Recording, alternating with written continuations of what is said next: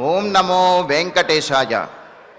హృదయ కుహర మధ్యే ద్యోతితం మంత్రసారం నిగమనియమగమ్యం వేదశాస్త్రైరచింత్యం హరిహర విధివంద్యం హంస మంత్రాంతరస్థం దశరథ సుతమీడే దైవతం దేవతానాం.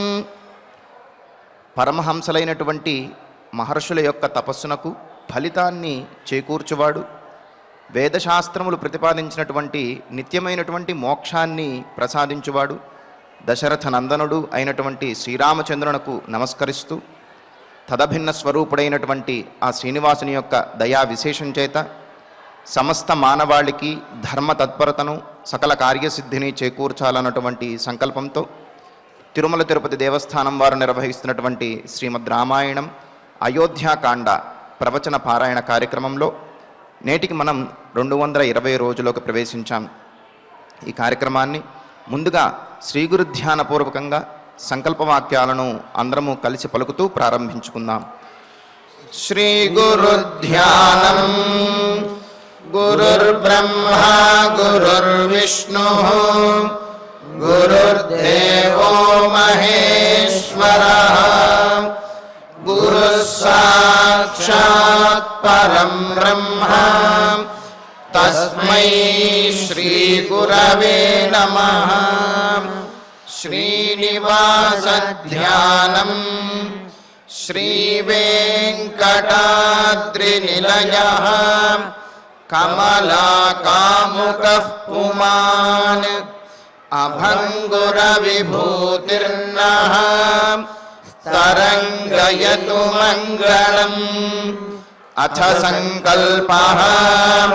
శ్రీమదాదివరాహ క్షేత్రే విరాజమానస్య శ్రీ పద్మావతీ జానేః అఖిలాండకోటి బ్రహ్మాండ నాయకస్య శ్రీరామచంద్ర రూపాంతరస్య భగవతః శ్రీ వెంకటేశ్వర స్వామినః సన్నిధౌ హనుమత్ సీతా లక్ష్మణ భరత శత్రుఘ్న పరివార సమేత శ్రీరామచంద్ర పరబ్రహ్మణః పరిపూర్ణానుగ్రహేణ అస్మిన్ భువనే సమస్తాధివ్యాధీనాం నివారణార్థం భారతవర్షే విద్యా విత్త వాణిజ్య కృషి వైద్య వైజ్ఞానిక దేశరక్షణాదిరంగేషు విద్యమానానాం ఆస్తిక మహాజనానాం సర్వేషాం సకుటుంబానాం ఆయురారోగ్యైశ్వర్య సద్బుద్ధి ఇత్యాది సర్వశుభఫల ప్రాప్త్యర్థం ధర్మాచరణ ద్వారా శ్రీరామరాజ్యస్య పునర్వ్యవస్థాపనార్థం ఉద్యోగార్థినాం సముచితోద్యోగ ప్రాప్త్యర్థం దంపతీనాం అనుకూల దాంపత్య సిద్ధ్యర్థం సంతానస్య పితృవాక్య పరిపాలనానుకూల బుద్ధి ప్రచోదనార్థం సకల కార్య సిద్ధ్యర్థం గో సంరక్షణార్థం చ శ్రీమద్ వాల్మీకి రామాయణే అయోధ్యాకాండే యథాశక్తి శ్లోక వ్యాఖ్యాన పురస్సరం 21 సర్గ శ్లోక పారాయణం తథా శ్రీ ధన్వంతరి మంత్ర పారాయణం చ అన్యోన్య సాహాయ్యేన ఆచార్య ముఖేన కరిష్యామహే. శ్రీ వాల్మీకి ప్రార్థనా. పూజంతం రామ రామేతి మధురం మధురాక్షరం ఆరుహ్య కవితా శాఖాం వందే వాల్మీకి కోకిలం. श्री आंजनेय प्रार्थना मनोजवं मारुततुल्यवेगं जितेन्द्रियं बुद्धिमतां वरिष्ठं वारात्मजं वानरयूथमुख्यं श्रीरामदूतं शिरसा नमामि। श्रीरामायण प्रार्थना वाल्मीकिगिरिसम्भूता रामसागरगामिनी पुनातिभुवनं पुण्या रामायण महानदी। श्रीराम प्रार्थना अयोध्याख्येतु गुर्वर्धे त्यक्त्वा राज्यं गिरौ वसन् पादुके भरतायादात् स रामः शरणं मम। श्रीरामचन्द्र परब्रह्मणे नमः। अथ श्रीमद् रामायणे आदिकाव्ये अयोध्याकाण्डे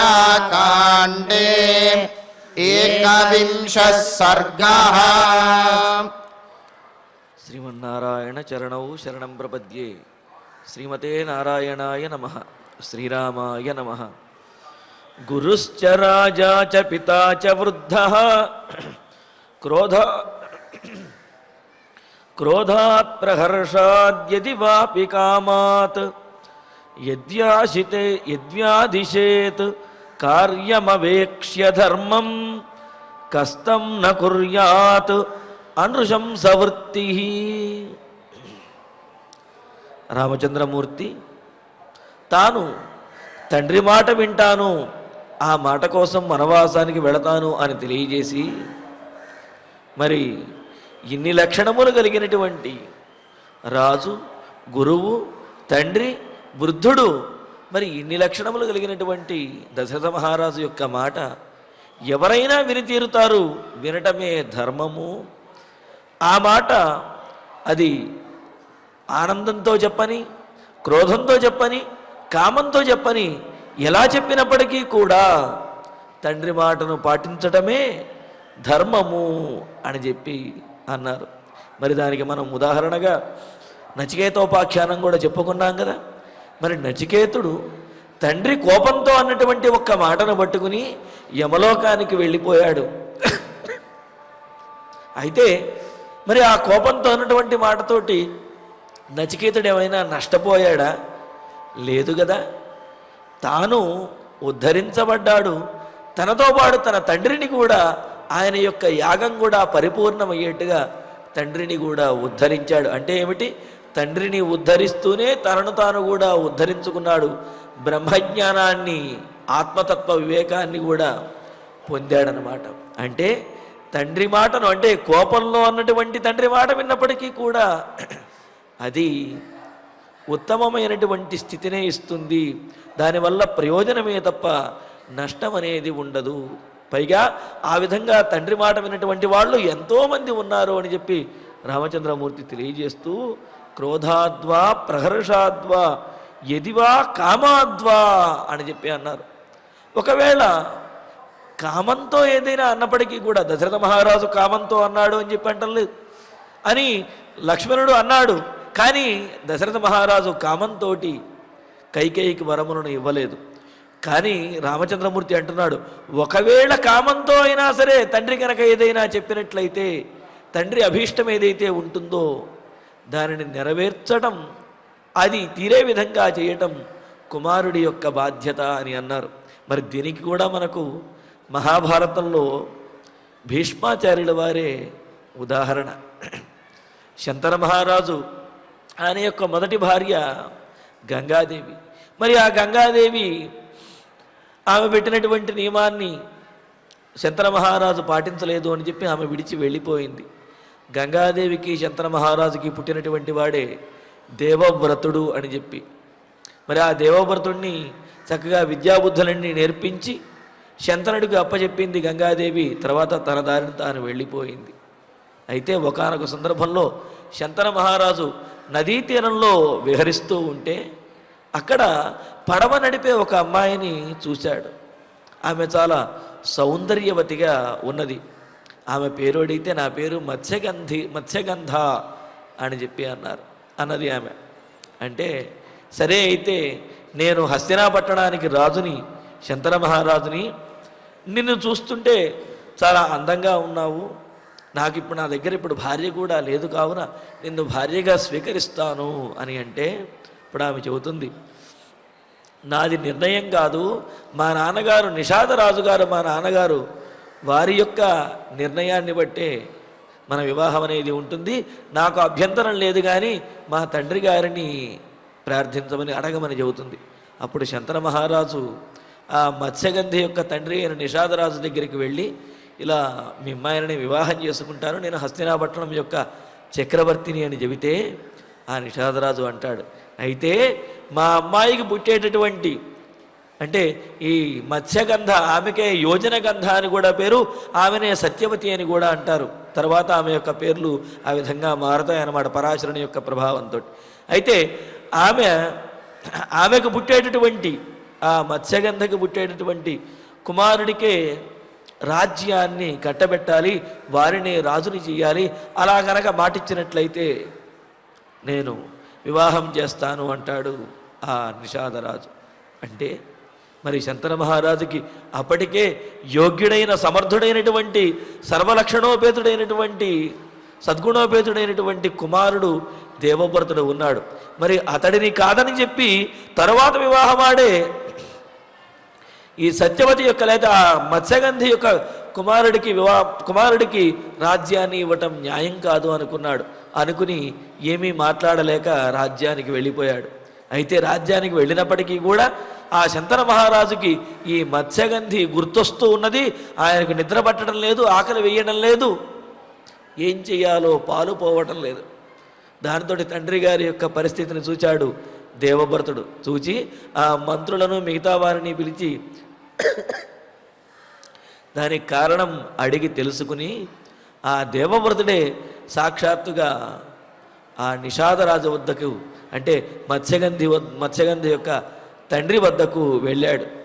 అలా పడవను అనుకునే వాళ్ళు వెళ్ళి, అయ్యా ఆమెను మా తండ్రి గారికి ఇచ్చి వివాహం చెయ్యండి అంటే, మరి వాళ్ళకి పుట్టేటటువంటి సంతానమే రాజు అవ్వాలి అంటే, వారికి పుట్టేటటువంటి సంతానమే రాజులవుతారు, వారికి నేనే పట్టాభిషేకం చేస్తాను అని చెప్పి దేవవ్రతుడు ఆయన ప్రతిజ్ఞ చేస్తాడు. అప్పుడు ఆ నిషాదరాజు అడుగుతాడు, నీవంటే సత్యవ్రతుడు దేవవ్రతుడివి, నిజాన్ని పాటించేటటువంటి వాడు సత్యసంధుడివి, నీ మీద నాకు నమ్మకం ఉన్నది, కానీ నీకు కలగబోయేటువంటి పిల్లలు ఎవరైతే ఉన్నారో నీ సంతానము ఎదురు తిరిగి ఆ మత్స్యగంధి యొక్క సంతానాన్ని గనక ఎదురు తిరిగి వాళ్ళు గనక వారిని లొంగ తీసుకుని లేకపోతే వారి మీద దాడి చేసి రాజ్యాన్ని ఆక్రమించుకుంటే, పైగా మీరు రాజులు, మీ యొక్క ప్రవృత్తి ఎలా ఉంటుందో చెప్పలేము, మీరు కాదన్నా మీ కుమారులు మీ వంశంలో వాళ్ళు మరి నా కుమార్తె యొక్క సంతాన పరంపరలను హింసించరు అని నమ్మకం ఏమున్నది అని చెప్పి అంటే, అప్పుడు దేవవ్రతుడు ప్రతిజ్ఞ చేస్తాడు, సరే అయితే నేను కాదు, నా సంతానం వల్ల ఇబ్బంది అవుతుంది అంటున్నావు కావున, సంతానం అనేది వివాహం చేసుకుంటే కలుగుతుంది కావున నేను పూర్తిగా ఆజన్మ బ్రహ్మచారిగా ఉండిపోతాను, వివాహం అనేది చేసుకోను, కావున ప్రతిజ్ఞ చేస్తున్నాను అని చెప్పి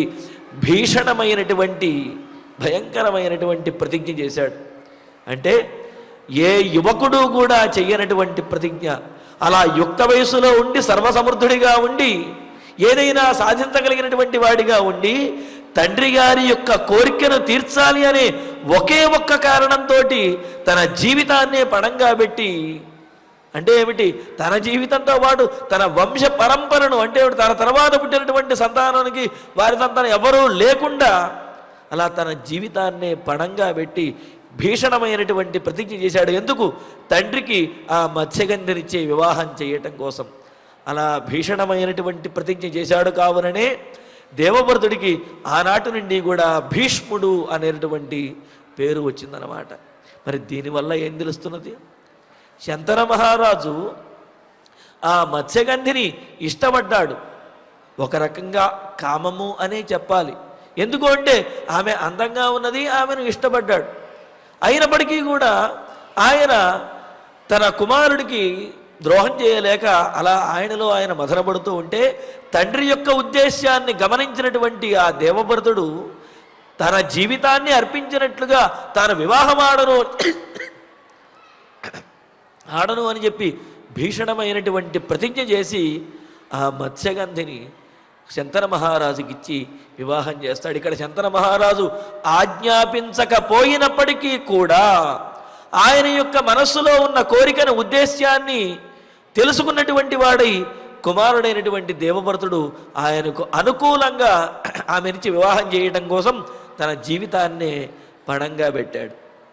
మరి దానికి ఫలితంగా ఏం పొందాడు అంటే శంతన మహారాజు వీళ్ళు కూడా ఆ భీష్మాచార్యుల వారికి ఆ దేవవ్రతునికి స్వచ్ఛంద మరణాన్ని అనుగ్రహించాడంటే ఏమిటి? భీష్మాచార్యుల వారు ఆ దేవవ్రతుడు ఎప్పుడు తాను మరణించదలుచుకుంటే అప్పుడే మరణిస్తాడు తప్ప ఏ బాణములు తగిలో లేకపోతే మరో రకంగానో ఆయన మరణించడు. అందుకనే అర్జునుని యొక్క గాంధీవం నుంచి వచ్చినటువంటి బాణములు ఆ భీష్మాచార్యుల యొక్క శరీరంలోంచి దూసుకుని పోయి వీపులోంచి బయటకు వచ్చి అంపశయ్యలా పడిపోయినప్పటికీ కూడా ఆ పడిపోయినటువంటి సమయం దక్షిణాయనం కావున ఉత్తరాయణం వచ్చే వరకు కూడా ఆగి ఆయన తన ప్రాణములను విడిచిపెట్టి మోక్షాన్ని పొందాడు. ఈ విధంగా స్వచ్ఛంద మరణాన్ని వరంగా పొందాడు. మరి వీటి వల్ల ఏం తెలుస్తున్నది అంటే కామంతో తండ్రి ఏదైనా ఒక మాట అన్నా దానిని కూడా నెరవేర్చి తీరవలసిందే అనే విషయం కూడా దీని ద్వారా తెలుస్తున్నది. మరి శంతన మహారాజు అనకపోయినా సరే ఆజ్ఞాపించకపోయినా దేవవ్రతుడు ఆ భీష్మాచార్యుల వారు ఆయన యొక్క కోరికను నెరవేర్చారు అంటే మరి దశరథ మహారాజు ఇక్కడ ఆజ్ఞాపించినట్లే అయినది. అయితే కామంతో కాదు సుమా, మరి ఆయన యొక్క బాటను పాటించడం కర్తవ్యం కదా. అందుకనే ఏమంటున్నాడు రామచంద్రమూర్తి, క్రోధాత్ ప్రహర్షాద్వా ఎదివా కామాద్వా అపి.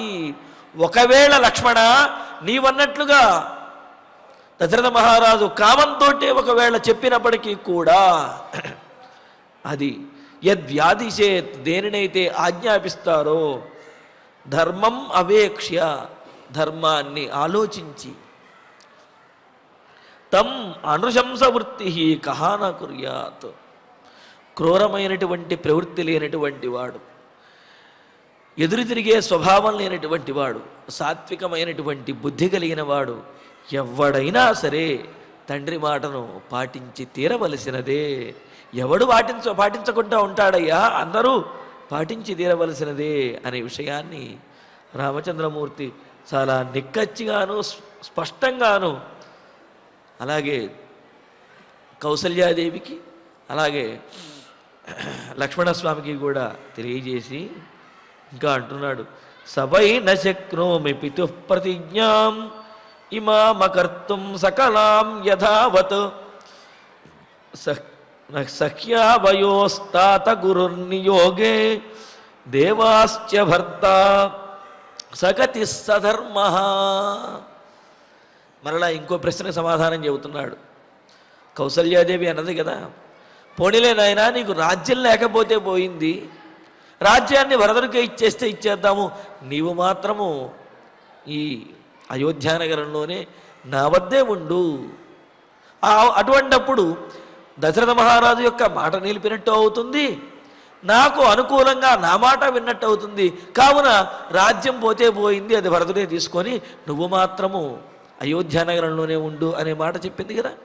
దానికి కూడా సమాధానం చెబుతూ సహా అహం, తండ్రి యొక్క మాటను తూచా తప్పకుండా పాటించేటటువంటి వాడిని, ఏమాత్రము ఎదురు తిరిగే స్వభావం లేనటువంటి వాడిని అయినా నేను, రామచంద్రుడు అంటున్నాడు, రామచంద్రుడినైనా నేను పితుః సకలాం ఇమాం ప్రతిజ్ఞాం, తండ్రి యొక్క పరిపూర్ణమైనటువంటి ప్రతిజ్ఞ. ఏమిటి పరిపూర్ణమైనటువంటి ప్రతిజ్ఞ? పరిపూర్ణమైనటువంటి ఆజ్ఞ ఏమిటి తండ్రిది అంటే భరత పట్టాభిషేక పూర్వక రామ వనవాసం. అంటే ఏమిటి? భరతునికి పట్టాభిషేకము, రాముడికి వనవాసము, ఈ రెండు కూడా తండ్రి గారి యొక్క ఆజ్ఞ. తండ్రి గారి ఆజ్ఞలో సగం పాటించేసి తండ్రి మాట విన్నాను అంటే ఎలా కుదురుతుంది? అందుకనే ఏమంటున్నాడు, సకలాం ఇమాం ప్రతిజ్ఞాం, పూర్తిగా తండ్రి గారి యొక్క మాటను, అంటే ఏమిటి, రాముడు వనవాసము భరత పట్టాభిషేకము అని పూర్తిగా చెప్పినటువంటి మాటను యథావతు, ఏ విధంగా అయితే తండ్రి గారు చెప్పారంటే కైకేయి ద్వారా చెప్పించారో, ఏ విధంగా అయితే కైకేయి దశరథ మహారాజుని వరం అడిగిందో ఆ విధంగా యథావత్, ఆ విధంగా అకర్తుం నశక్నోమి, చెయ్యకుండా నేను ఉండలేను. తండ్రి ఎంత ఏ విధంగా అయితే ఆజ్ఞాపించాడో, కైకేయీదేవి ఏ విధంగా అయితే వరమలను కోరిందో ఆ విధంగానే నేను పాటిస్తాను తప్ప దాంట్లో కొంత సర్దుబాటు చేయటమో వెసులుబాటు తీసుకోవటమో ఇటువంటివేమీ కుదరవు. అలా చెయ్యకుండా ఉండడానికంటే ఏమిటి, ఆ తండ్రి గారి యొక్క ఆజ్ఞను కైకేయి యొక్క వరములను చెయ్యకుండా ఉండడానికి నేను సమర్థుడిని కాను, చెయ్యకుండా నేను ఉండలేను, తప్పనిసరిగా పరిపూర్ణంగా తండ్రి యొక్క ఆజ్ఞను పాటిస్తాను అంటూ తాత తండ్రి నాయన లక్ష్మణస్వామితో అంటున్నాడు. సహా అవయోహో నియోగే గురు, దశరథ మహారాజు మా ఇద్దరికీ కూడా నియోగే ఆజ్ఞాపించడానికి, గురువు పెద్దవాడయ్యా, మమ్మల్ని ఆజ్ఞాపించేటటువంటి మా ఇద్దరిని ఆజ్ఞాపించేటటువంటి హక్కు అధికారము కూడా దశరథ మహారాజుకు ఉన్నాయ్యా అంటున్నాడు. మా ఇద్దరిని అంటే ఎవరిద్దరిని అంటే ఇక్కడ రామచంద్రమూర్తి భరతుడిని తనను అనే ఉద్దేశంతో చెబుతున్నాడు అన్నమాట. అంటే ఏమిటి, భరతుడిని నన్ను కూడా ఆజ్ఞాపించడానికి దశరథ మహారాజుకి పూర్తిగా అధికారం ఉన్నది. కావున భరతుడికి ఆజ్ఞ ఏమిటి, పట్టాభిషేకం చేసుకోవాలి అనే ఆజ్ఞ. నాకు ఉన్నటువంటి ఆజ్ఞ ఏమిటి, వనవాసానికి వెళ్ళాలి అనేటువంటి ఆజ్ఞ. కావున భరతుడికి ఇచ్చేటటువంటి ఆ పట్టాభిషేకం చేయాలనే ఆజ్ఞ ఏదైతే ఉందో దాన్ని భరతుడు తప్పనిసరిగా పాటించి తీరవలసిందే. నాకు ఇచ్చినటువంటి ఆజ్ఞ ఏమిటి, వనవాసానికి వెళ్ళమని చెప్పినటువంటి ఆజ్ఞ, దానిని నేను కూడా పాటించవలసిందే. అంతేగాని భరతుడికి పట్టాభిషేకం చేస్తాను నేను మాత్రం ఇక్కడే ఉంటాను అని అంటే అది తండ్రి ఆజ్ఞ నేను తప్పినట్టు అవుతుంది, భరతుడు పాటించినట్టు అవ్వవచ్చుగాక, కానీ తండ్రి ఆజ్ఞను నేనే తప్పినట్టు అవుతుంది. కావున ఆ విధంగా చేయటానికి వీలు లేదు అని. పైగా అవయోహ అన్నదానికి మరో అర్థం కూడా చెబుతున్నారు. అవయోహ అంటే మనిద్దరికీ అని కూడా అర్థం అంటారు. మనిద్దరికీ అంటే లక్ష్మణ నీకు నాకు కూడా తండ్రి గారి యొక్క ఆజ్ఞ పాటించదగినది అని చెప్పటం ఇక్కడ పరమార్థం. ఏమిటి అంటే రాముడికి ఆజ్ఞ ఇచ్చాడు, కావున ఆ ఆజ్ఞను నువ్వెందుకు పాటిస్తావు కామంతో అన్నాడు అని లక్ష్మణస్వామి ఎదురు తిరిగి మాట్లాడుతున్నాడు కదా. దానికే రామచంద్రమూర్తి చెబుతున్నాడు, ఏదో నేను మాత్రమే తండ్రి ఆజ్ఞ పాటించాలి అని అనుకుంటున్నావేమో లక్ష్మణ, కాదు కాదు, నీవు కూడా తండ్రి ఆజ్ఞ పాటించాలి, ఆ ఆజ్ఞను పాటించవలసినటువంటి బాధ్యత నీ మీద కూడా ఉన్నది అని చెప్పటం ఇక్కడ రెండవ అర్థం. అందుకనే నాయన లక్ష్మణ సహా ఆ దశరథ మహారాజు ఆవయోహ మా ఇద్దరికి, నాకు భరతుడికి, లేకపోతే నాకు నీకు మా ఇద్దరికీ కూడా ఆజ్ఞ ఇవ్వడానికి ఆయన అర్హుడు. నియోగే గురుహు, ఆజ్ఞ ఇవ్వడానికి ఆయన పరిపూర్ణమైనటువంటి అధికారము ఆ రాజ్యరికము కలిగినటువంటి వాడు. దేవ్యాశ్చ మనకు మాత్రమే కాదు, అంటే ఏమిటి, నాకు నీకు భరతుడికే మాత్రమే కాదు, దేవ్యాశ్చ ఈ కౌసల్యాదేవికి కూడా సహ భర్త, ఆయనే భర్త, అంటే కౌసల్యాదేవిని భరించేటటువంటి వాడు కూడా ఆయనే భర్త. అందువలన అయితే ఏమిటి అంటే సహగతి, ఆయనే అనుసరణీయుడు, ఆయనే అనుసరించదగినటువంటి వాడు. కేవలం కుమారుడిగా నేను మాత్రమే అనుకోవద్దు, నాతో పాటు నీవు తండ్రి గారిని అనుసరించాలి, నీతో పాటు భరతుడు అనుసరించాలి, కుమారుడిగా మనందరము కూడా అనుసరించాలి. అంతేకాదు కౌసల్యాదేవికి భర్త కావున ఆవిడ కూడా ఆ దశరథ మహారాజు యొక్క ఆజ్ఞను పరిపూర్ణంగా అనుసరించి తీరాలి, ఇది కర్తవ్యం అని అంటున్నాడు. సహ భర్త సగతి, ఆ దశరథ మహారాజే ఆమెకు గతి, ఆమెకు ఆశ్రయనీయుడు, అనుసరింపదగినటువంటి వాడు. ధర్మ, మరి ఆ కౌసల్యాదేవికి ధర్మం కూడా ఏమిటి అంటే ఆయనే ధర్మము. ఆయనే ధర్మము అంటే ఆయన ఏది చెబితే అదే ధర్మము అని చెప్పి అంటారు. అందుకనే సుందరకాండలో కూడా భర్తానామ పరం నార్యా భూషణాదపి భూషణం అని అంటాడు. భార్యకు భర్తే భూషణము, ఆభరణము, భర్త యొక్క మాటే ఆచరణీయము అని చెప్పి అన్నారు కదా. అందుకనే ఏమంటున్నాడు, సహా గతి, ఆయనే అనుసరణీయమైనటువంటి వాడు, అనుసరింపదగినటువంటి వాడు. అంతేకాదు ఆయనే ధర్మము అంటే ఏమిటి, ఆమె ఏమి ఆచరించాలి ఏది ఆచరించకూడదు అనే సందేహం వచ్చినప్పుడు భర్త అయినటువంటి దశరథ మహారాజు ఏది చెబితే అదే ధర్మము, కావున దానినే ఆచరించాలి అనే విషయాన్ని రాముడు తెలియజేస్తున్నాడు. అందుకని అంటున్నాడు ఏమని, సాత్విక ప్రవృత్తి కలిగినటువంటి వాడిని, అలాగే ఎదురు తిరిగినటువంటి స్వభావం లేనటువంటి వాడిని, ధర్మం తెలిసినటువంటి నేను మా తండ్రి గారు ఇచ్చినటువంటి ఆజ్ఞ ఏదైతే ఉందో పరిపూర్ణంగా కైకేయీదేవి అడిగినటువంటి వరములు ఏవైతే ఉన్నాయో ఆ 2 వరములను పరిపూర్ణంగా భరత పట్టాభిషేకము, రామ వనవాసము అనే ఆ వరములను పూర్తిగా నేను పాటించడానికి సిద్ధంగా ఉన్నాను, పాటిస్తాను. కేవలం నేనే కాదు, నీకు నాకు అలాగే నాకు భరతునికి కూడా ఆజ్ఞ ఇవ్వటానికి దశరథ మహారాజుకి పరిపూర్ణమైనటువంటి హక్కు అధికారము ఉన్నది. మనకే కాదు కౌసల్యాదేవికి కూడా ఆయనే అనుసరింపదగినటువంటి వాడు. ఆయన చెప్పినదే ధర్మంగా కౌసల్యాదేవి కూడా పాటించి తీరాలి. కావున లక్ష్మణ నేను చెప్పేది వినిపించుకోవయ్యా అని అంటూ మరో మాట చెబుతున్నాడు. ఇంకో మాట కూడా మరి కౌసల్యాదేవి అన్నది కదా, నేను నిన్ను విడిచి ఉండలేను నాయన, నీవు ఎక్కడ ఉంటే అక్కడే నేను ఉంటాను. ఈ రాజభోగాలతో కానీ లేకపోతే ఉత్తమమైనటువంటి ఈ స్వర్గ సుఖాలు లేకపోతే ఉత్తమమైనటువంటి లోకాలు ఇవన్నీ ఏవి నాకొద్దు. నీతో నీ సాన్నిధ్యం ఏదైతే ఉందో అదే నాకు గొప్పది, అదే నాకు స్వర్గాన్ని మించినది. కావున నన్ను విడిచి నీవు వెళ్ళవద్దు, నీతో పాటు నేను కూడా వస్తాను అనే ఉద్దేశ్యంతో కౌసల్యాదేవి రామచంద్రమూర్తితో అన్నది కదా. దానికి సమాధానం చెబుతున్నాడు. తస్మిన్ పునర్జీవతి ధర్మరాజే విశేషతస్వే పది వర్తమానే దేవీ మయా సార్ధమితోపగచ్చేత్ కథం స్విధన్యా విధవే వనారీ. చూడండి, ధర్మాన్ని చెబుతున్నాడు రామచంద్రమూర్తి తల్లికి. ఏమంటున్నాడు, కౌసల్యాదేవికి దశరథుడే అనుసరింపదగినటువంటి వాడు, ఆయనే ధర్మము అనే మాట చెప్పాడు కదా.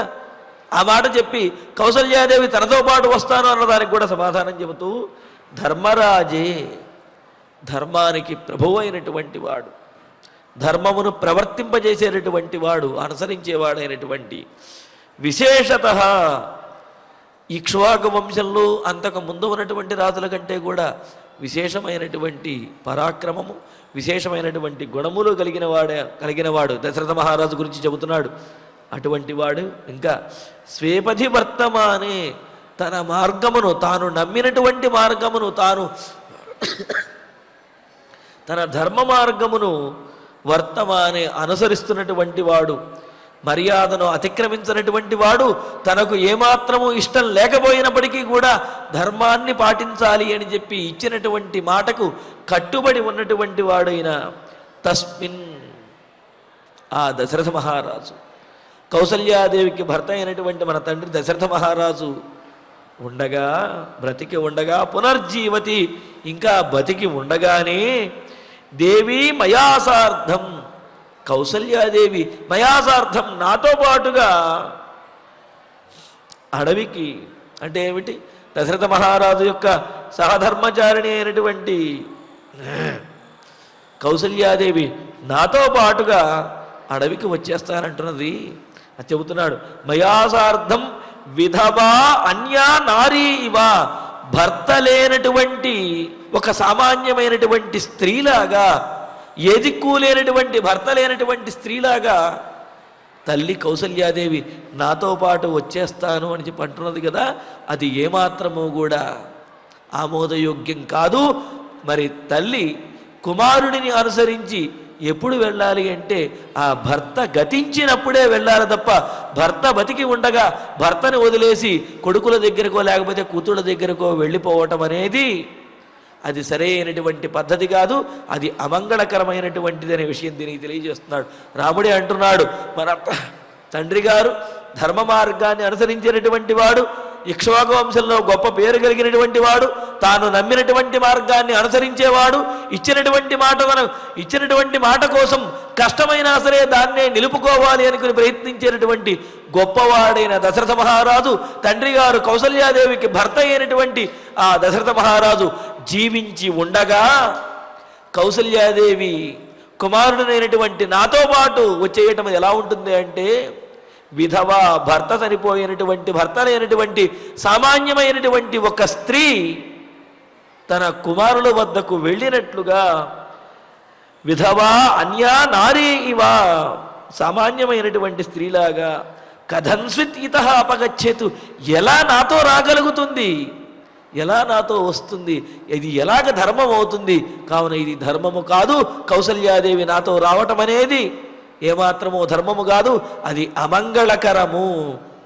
ఎప్పుడు రావాలి అంటే భర్త లేనప్పుడు మాత్రమే రావాలి అని, ఏదో అవసరం కోసమని చెప్పి కొన్ని రోజులు అలా కొడుకుల ఇంటికో లేకపోతే కూతుళ్ళ ఇంటికో అవసరం కోసం వెళ్ళి రావటమో, లేకపోతే అనారోగ్యంతో ఉన్నప్పుడు వెళ్ళి రావటమో, ఇలా అవసరానికి వెళ్ళి రావచ్చు. కానీ పూర్తిగా భర్తను విడిచిపెట్టేసి కొడుకుల దగ్గర వాళ్ళ దగ్గర ఉండటము అనేది అది అమంగళకరము అనే విషయాన్ని చెబుతూ, నారీవ కథం స్విత్ ఇత అపగచ్చేతు, ఎలాగ ఈ అయోధ్య నగరాన్ని దశరథ మహారాజుని విడిచి నాతో పాటు వచ్చేస్తుంది అని చెప్పి అంటున్నా. అంటే ఏమిటి ఇక్కడ, నువ్వు రావద్దు అనే విషయం సాక్షాత్తుగా కౌసల్యాదేవికి చెప్పకుండా ఎలా వస్తుందండి, ఎలా రాగలుగుతుంది?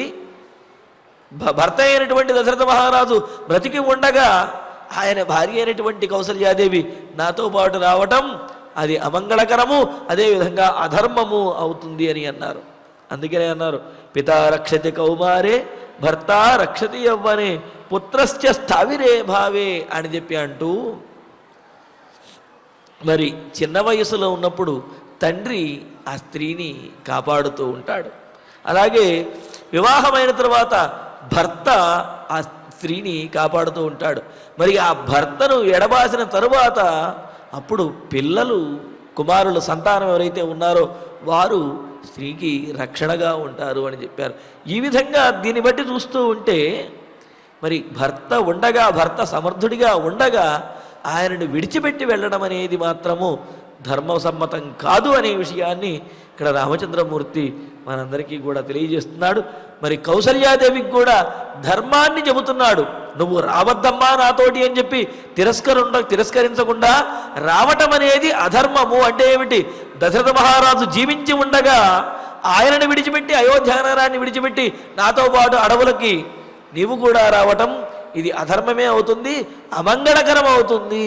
కావున దీనిని ఆమోదించకూడదనే విషయాన్ని కూడా తెలియజేస్తూ ఇంకా అంటున్నాడు, సామానుమన్యస్వనం వ్రజంతం సామానుమన్యస్వనం వ్రజంతం కురుష్వ నస్వస్త్యయనాని దేవి యథా సమాప్తే పునరావ్రజేయం యథా హి సత్యేన పునర్యయాతి. మరి కౌసల్యాదేవి రాముని యొక్క వనవాసానికి దాదాపు అంగీకరించినట్లుగానే, నిన్ను విడిచి ఉండలేను నాయనా, నీతో పాటు నేను కూడా వస్తాను, సరే నువ్వు తండ్రి ఆజ్ఞ కోసం వనవాసానికి బయలుదేరావు, నీతో పాటు నేను కూడా వస్తాను అనే మాట అన్నది. అంటే ఏమిటి, వనవాసానికి అనుమతించింది కానీ తాను కూడా వస్తాను అని చెప్పి అన్నది. అయితే తాను కూడా వస్తాను అన్నదానికి అది అధర్మము, ఆమోదయోగ్యము కాదు అనే విషయాన్ని రామచంద్రమూర్తి స్పష్టంగా ఇంతకు ముందు శ్లోకంలో తెలియజేశాడు. అంటే ఇప్పుడు ఏం తేలింది, కౌసల్యాదేవి అనుమతి ఇవ్వాలి, ఆమె అయోధ్యానగరంలోనే ఉండాలి తప్ప రాముడితో పాటు వనవాసానికి వెళ్ళడం కుదరదు అనే విషయం తెలిసింది. మరి అందుకనే అంటున్నాడు ఇక్కడ, సాత్వం భర్తృకమైనటువంటి, అంటే భర్త బ్రతికి ఉన్నటువంటి దానివైన, భర్త కలిగినటువంటి దానివైనటువంటి నీవు వనం వ్రజంతం మాం, వనవాసానికి వెళుతున్నటువంటి, తండ్రి ఆజ్ఞను పాటించడానికి, ధర్మాన్ని పాటించడానికి వనవాసానికి వెళుతున్నటువంటి నన్ను అనుమన్యస్వ, అనుమతించవమ్మా. ఇక్కడ మా అనుమన్యస్వ అంటే అనుమతి ఇవ్వవద్దు అని అర్థం కాదు, మామ్ మా అనేదానికి మామ్ అని అర్థం, అంటే నన్ను అని అర్థం అన్నమాట.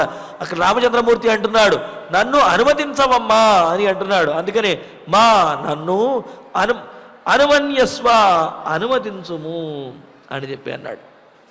మరి ఇక్కడ నన్ను అనుమతించు అని అంటే వెంటనే లక్ష్మణస్వామికి కూడా అనుమతి ఇచ్చినట్లే అయిపోతుందన్నమాట. ఎలాగా? దీప్తమగ్నిమరణ్యం వా యదిరామ ప్రవేక్ష్యతి ప్రవిష్టం తత్ర మాం దేవి త్వం పూర్వం అవధారయ అని లక్ష్మణస్వామి అంటాడు కదా. తల్లి కౌసల్యాదేవి, రామచంద్రమూర్తి అగ్నిలో ప్రవేశించాడు అన్నా లేకపోతే అరణ్యంలో ప్రవేశించాడు అన్నా ఆయన కంటే ముందు నేను ప్రవేశించినటువంటి వాడిగా నీవు తెలుసుకో అని చెప్పి లక్ష్మణస్వామి కౌసల్యాదేవితో అన్నాడు కదా. అంటే ఇక్కడ రామచంద్రమూర్తికి అనుమతించింది అంటే లక్ష్మణస్వామి కూడా వెళ్ళిరమ్మని చెప్పినట్టుగా అయిందన్నమాట ఇక్కడ. అందుకనే ఏమంటున్నాడు? మాం అనుమన్యస్వ నన్ను అనుమతించవమ్మా అని చెప్పి అంటూ యయాతి యథా సత్యేన పునః స్వర్గం అగచ్చతు. యయాతి మహారాజు తన సత్యసంధతతోటి, అంటే ఏమిటి? యయాతి మహారాజు స్వర్గం నుంచి కిందికి వచ్చిన తర్వాత అష్టకుడు మొదలైనటువంటి వాళ్ళు తమ పుణ్యాన్ని యయాతి మహారాజుకి ఇచ్చి స్వర్గానికి పంపిస్తాము అని చెప్పాడు. అందులో వసుమంతుడు అంటాడు కదా, పోనీలే ఊరికినే మా పుణ్యం తీసుకోవడం ఇష్టం లేకపోతే నువ్వు కొంత ఇసుకను మాకివ్వు, ఆ ఇసుకకు బదులుగా నేను మీకు పుణ్యాన్ని ఇస్తాను అంటే యయాతి మహారాజు నాకు ఈ విధమైనటువంటి అబద్ధమైనటువంటి ఏది వినిమయం ద్వారా, అంటే ఏమిటి? ఊరికి నేను నిష్ప్రయోజనమైనటువంటి అప్పటికి వారికి ఉపయోగపడినటువంటి ఆ ఇసుకని ఇచ్చి పుణ్యాన్ని పొందడం అనేది అది అబద్ధమవుతుంది. నేను సత్యమైనటువంటి పుణ్యాన్నే పొందాలనుకుంటున్నాను, సత్యమునే పాటిస్తాను, అంతేగాని ఎలాగోలా వచ్చింది నాకు వద్దు అని చెప్పి యయాతి మహారాజు వారు ఇస్తానన్నటువంటి పుణ్యాన్ని తిరస్కరించి తన సత్యసంధతతోటే పుణ్యాన్ని పొంది మరలా స్వర్గానికి వెళ్ళాడు కదా. మరి ఆ విషయాన్ని ఇంతకుముందు కూడా గుర్తు చేశాడు, మరలా చెబుతున్నాడు. యయాతి మహారాజు తన సత్యసంధతతోటి ఏ విధంగా అయితే మరలా స్వర్గాన్ని పొందాడో, మరలా స్వర్గానికి వెళ్ళాడో, సమాస్తే యథా పునః ఆవ్రజేయం 14 సంవత్సరములు గడిచిన తర్వాత నేను కూడా అదే విధంగా మరలా తిరిగి ఈ అయోధ్య నగరానికి వచ్చేస్తానమ్మా, కావున నీవు దిగులు పడవద్దు. యయాతి మహారాజు మరలా స్వర్గానికి చేరుకున్నట్లుగా నేను మరలా ఈ అయోధ్య నగరానికి చేరుకుంటాను, కావున నాకు అనుమతి ఇవ్వు అని చెప్పి అన్నాడు. మరి కౌసల్యాదేవి ఏ ధర్మములైతే చెప్పిందో, కౌసల్యాదేవి ఏ ఉదాహరణలైతే చెప్పిందో, కౌసల్యాదేవి ఏ సౌకర్యాన్ని అంటే ఏదైతే తనతో పాటు వస్తాను అని చెప్పి కోరిందో వాటన్నింటికీ కూడా రామచంద్రమూర్తి సప్రమాణంగా, ధర్మబద్ధంగా, యుక్తియుక్తంగా, ఉదాహరణపూర్వకంగా సమాధానాలు పూర్తిగా కౌసల్యాదేవికి చెప్పేశాడు.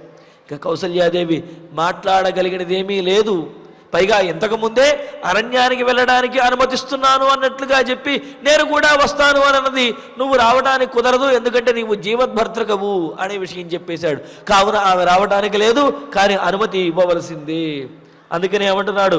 పునః ఆవ్రజేయం, నేను 14 సంవత్సరములు గడిచిన తర్వాత మరలా ఈ వనవాసం పూర్తి చేసి అయోధ్య నగరానికి వచ్చేస్తానమ్మా. నహ స్వస్త్యయనాని కురుష్వ, నాకు మంగళాశాసనం చేసి, నాకు స్వస్తివాచకములు పలికి, నాకు వీడ్కోలు పలికి నన్ను అనుగ్రహించవమ్మా. స్వస్త్యయనాని కురుష్వ, నాకు మంగళవచనములు చెప్పి, సహజంగా ఎక్కడికైనా మహత్కార్యం మీద గొప్ప కార్యాన్ని ఆచరించడానికి వెళుతున్నప్పుడు తల్లిదండ్రుల యొక్క ఆశీస్సులు తీసుకుంటారు కదా, క్షేమంగా వెళ్ళి లాభంగా రానాయన అని వాళ్ళు ఆశీర్వదిస్తారు కదా. అలాగే రామచంద్రమూర్తి నేను ఈ విధంగా అరణ్యానికి వెళుతున్నాను, మరలా 14 సంవత్సరముల తర్వాత తిరిగి వస్తాను, కావున నాకు అనుమతి ఇవ్వవమ్మా, నాకు మంగళాశాసనం చెయ్యవమ్మా, స్వస్తి వచనములు పలకవమ్మా అని చెప్పి రామచంద్రమూర్తిని కౌసల్యాదేవిని ఒప్పించి, యశోహ్యహం కేవల రాజ్యకారణాత్ నపృష్టతః కర్తుమలం మహోదయం అదీర్ఘకాలే నతు దేవి జీవితే వృణేవరా మధ్యమహీమధర్మతః.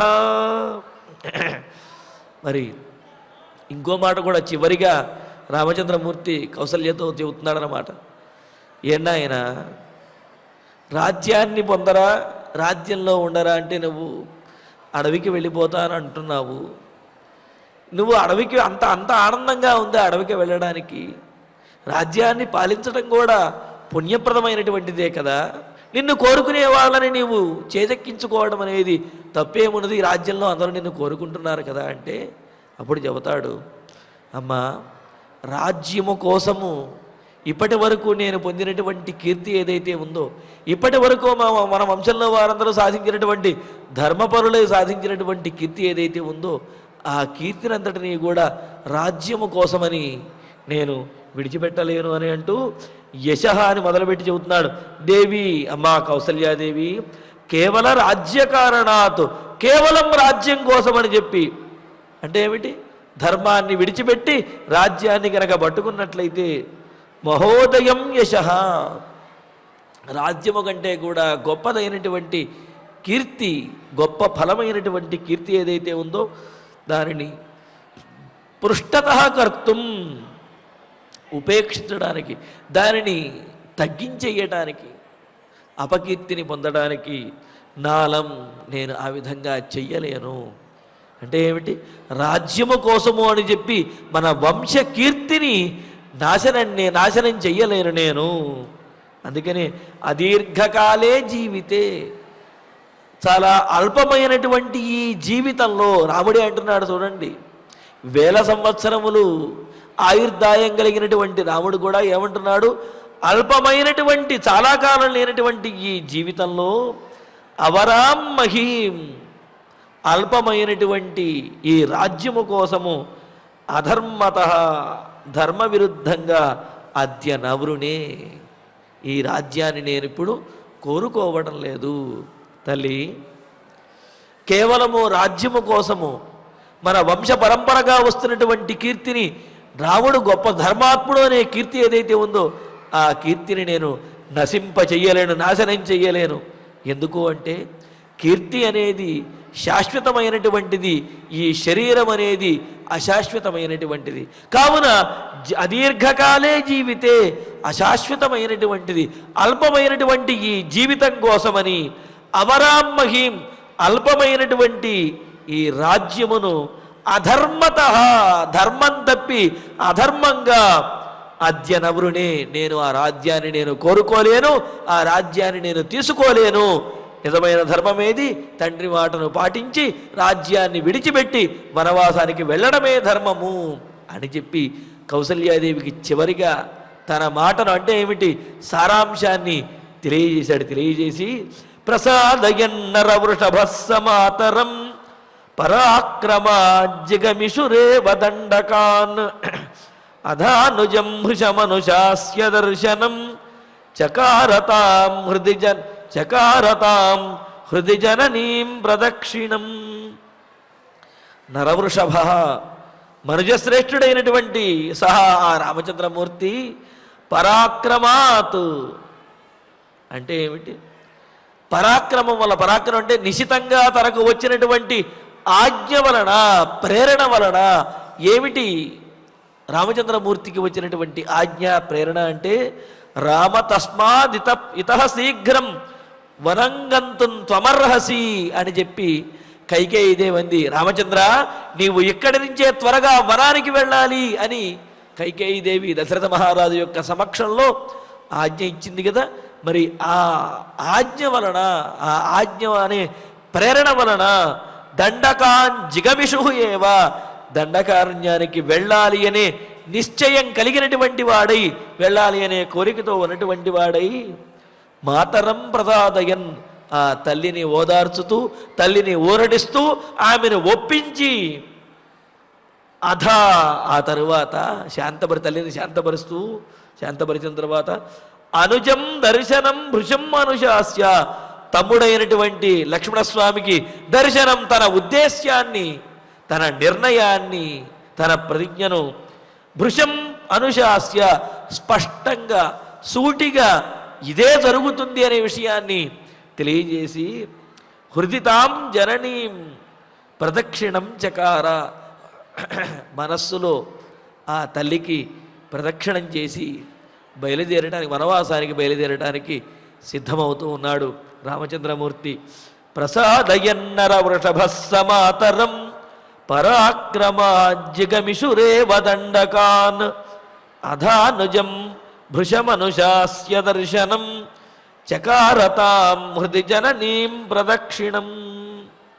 ఈ విధంగా కౌసల్యాదేవిని ఒప్పించి లక్ష్మణస్వామికి తన నిర్ణయాన్ని స్పష్టంగా తెలియజేసి, అంటే ఏమిటి, తల్లిని శాంతపరుస్తూనే ఆ మాటలతోటే లక్ష్మణస్వామికి కూడా తన నిర్ణయాన్ని స్పష్టంగా తెలియజేసి మనస్సులో తన తల్లికి ప్రదక్షిణం చేసి రామచంద్రమూర్తి వనవాసానికి బయలుదేరడానికి సిద్ధమవుతూ ఉన్నాడు.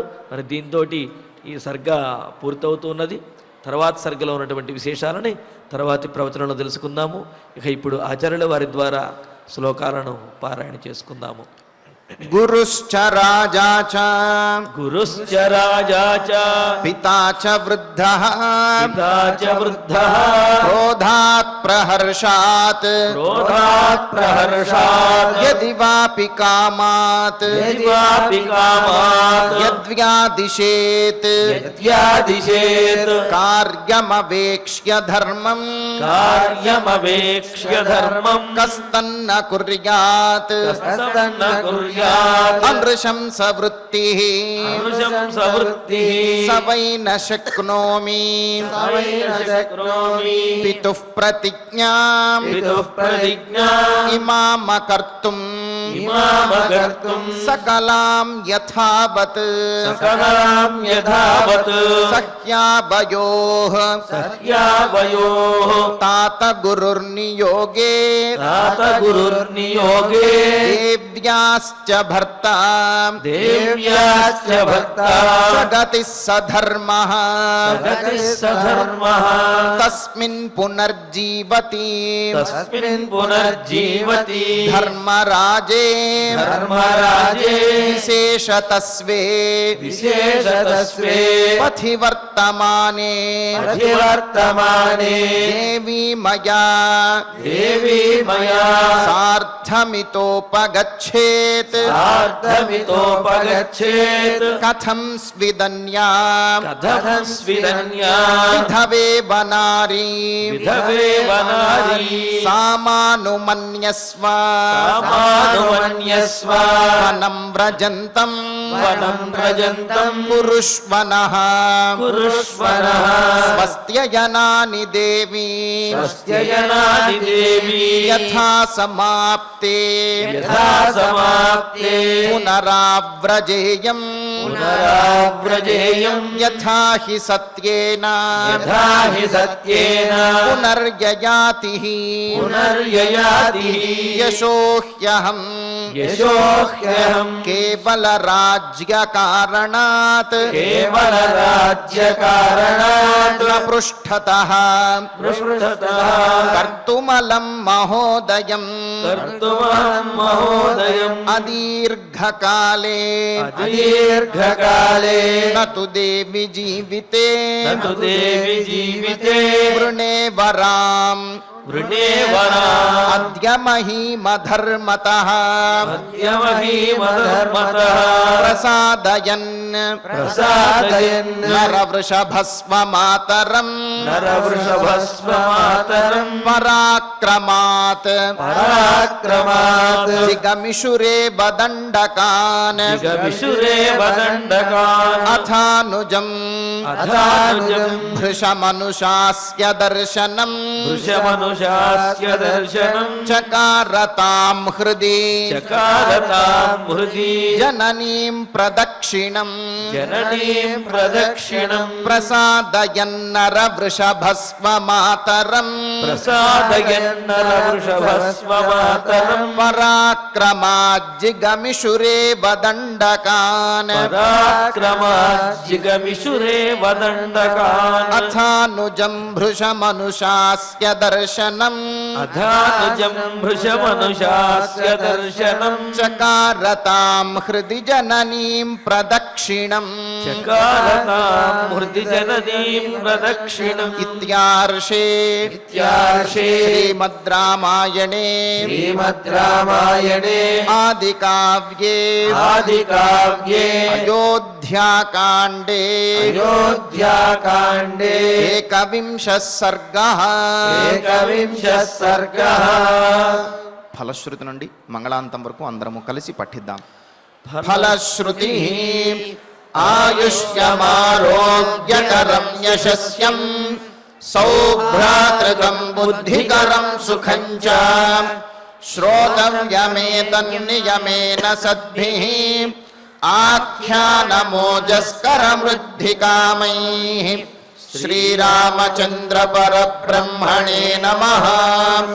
అథ ధన్వంతరి ధ్యానం అచ్యుతానంద గోవింద విష్ణో నారాయణామృత రోగాన్ మే నాశయాశేషాన్ ఆశు ధన్వంతరే హరే. ఆరోగ్యం దీర్ఘమాయుష్యం బలం తేజోధియం శ్రియం స్వభక్తేభ్యోనుగృహంతం వందే ధన్వంతరిం హరిం. ధన్వంతరేరిమం శ్లోకం భక్త్యా నిత్యం పఠంతి యే అనారోగ్యం న తేషాం స్యాత్ సుఖం జీవంతి తే చిరం. ఓం నమో భగవతే వాసుదేవాయ ధన్వంతరయే అమృత కలశహస్తాయ వజ్రజలౌకహస్తాయ సర్వామయ వినాశనాయ త్రైలోక్యనాథాయ మహావిష్ణవే స్వాహా.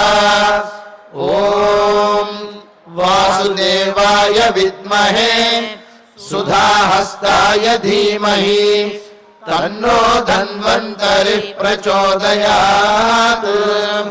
అథ నవగ్రహ ప్రార్థనా ఆరోగ్యం పద్మబంధుర్వితరతు నితరాం సంపదం శీతరశ్మిః భూలాభం భూమిపుత్రః సకల గుణయుతాం వాగ్విభూతిం చ సౌమ్యః సౌభాగ్యం దేవమంత్రీ రిపుభయశమనం భార్గవః శౌర్యమార్కిః దీర్ఘాయుః సైంహికేయః విపులతరయశః కేతుః ఆచంద్రతారం అరిష్టాని ప్రణశ్యంతు దురితాని భయాని చ శాంతిరస్తు శుభం మేస్తు గ్రహాః కుర్వంతు మంగళం.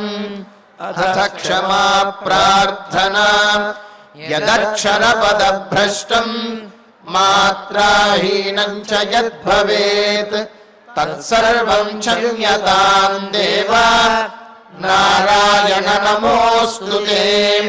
అథ భగవత్సమర్పణం కాయేన వాచా మనసేంద్రియైర్వా బుద్ధ్యాత్మనా వా ప్రకృతే స్వభావాత్ కరోమి యద్యత్ సకలం పరస్మై నారాయణాయేతి సమర్పయామి. అథ మంగళం శ్రియః కాంతాయ కళ్యాణ నిధయే నిధయేర్ధినాం శ్రీవేంకటనివాసాయ శ్రీనివాసాయ మంగళం.